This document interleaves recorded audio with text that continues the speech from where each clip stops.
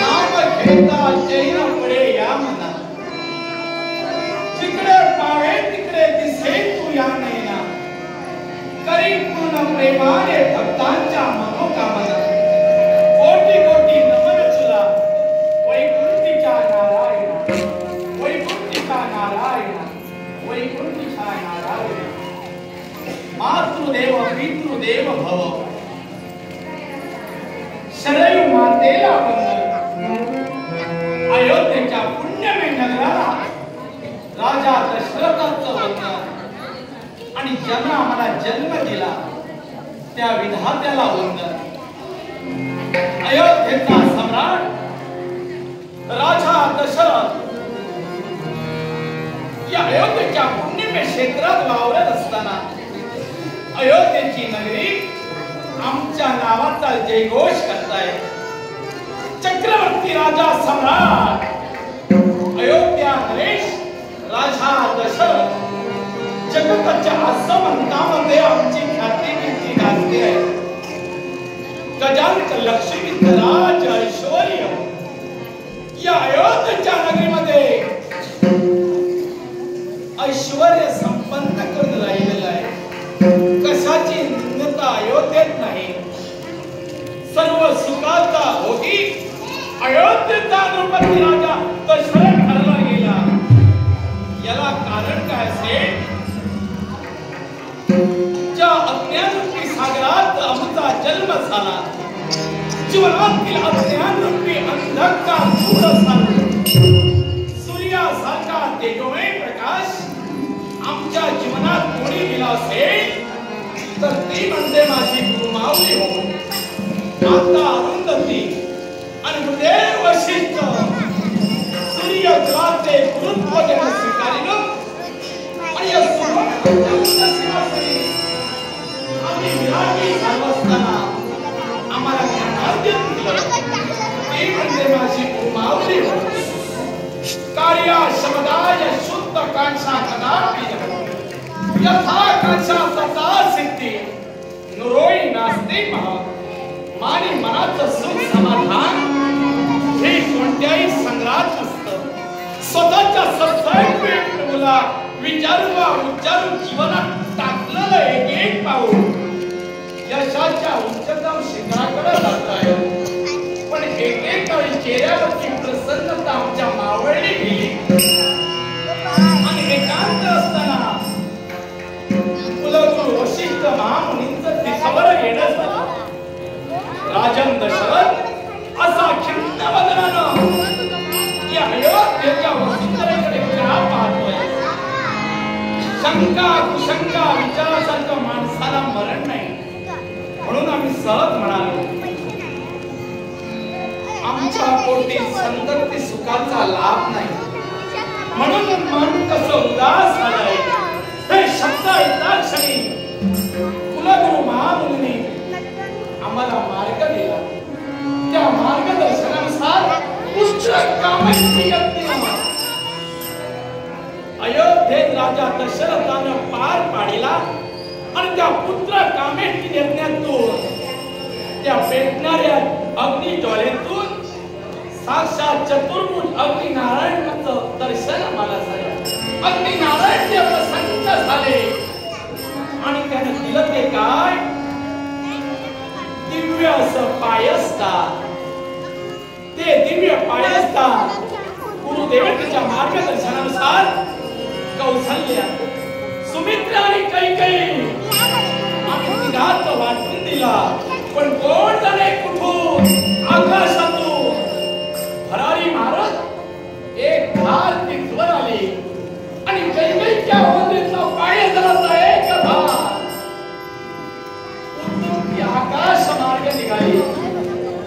आमची कैकेयी निराश झाली म्हणून माझ्या दोन भार्या कौशल्या आणि सुमित्रानं आपल्यातील अर्धा अर्धा वाटा कैकेयीला दिला. कैकेयी समाधानी झाली आणि हा हा म्हणला माझ्या तिन्ही राण्यांना डोहाळे लागले आणि एक दिवस आनंदाला पारावार नाही. तिकडे तिकडे आनंदी आनंद भरात एक दासी माझ्यापर्यंत धावत आली.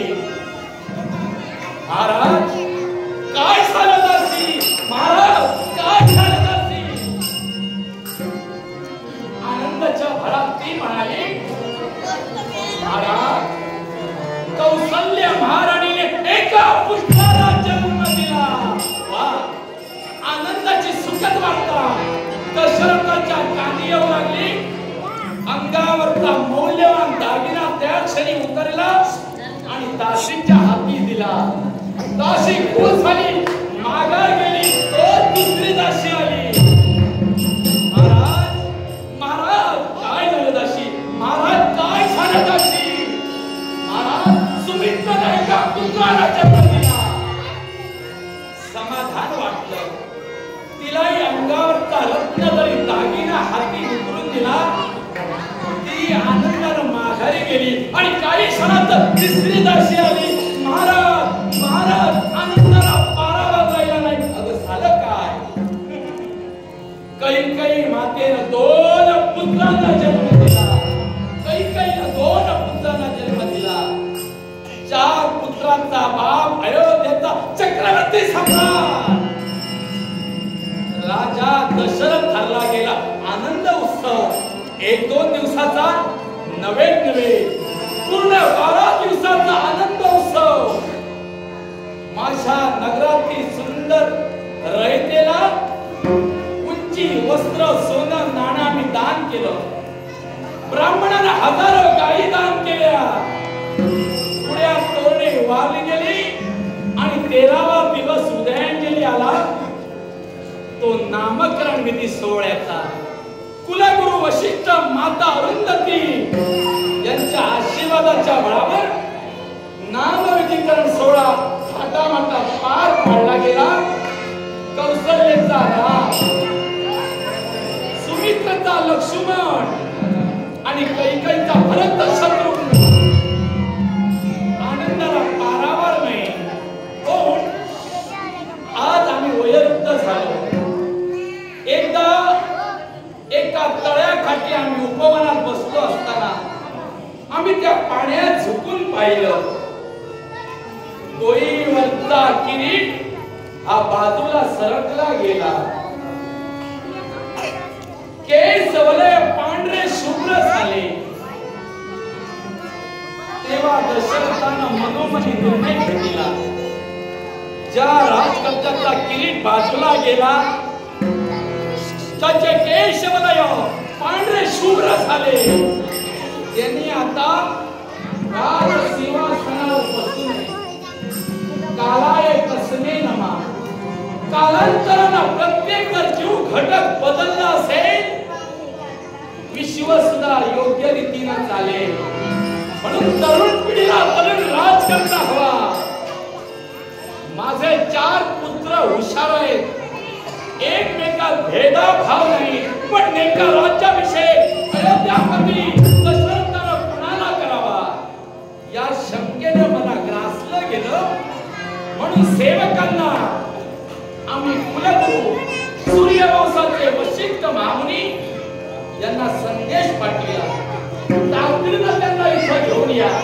ते येतीलच. पण परमेश्वरा, तुझं नामस्मरण केल्याशिवाय, तुझं मंगल नाम उठा घेतल्याशिवाय आम्ही कधीही दिवसाची सुरुवात केली नाही. म्हणून आज तुझा आशीर्वाद चक्रवर्ती सम्राट दशरथाच्या पाठीशी राहावा.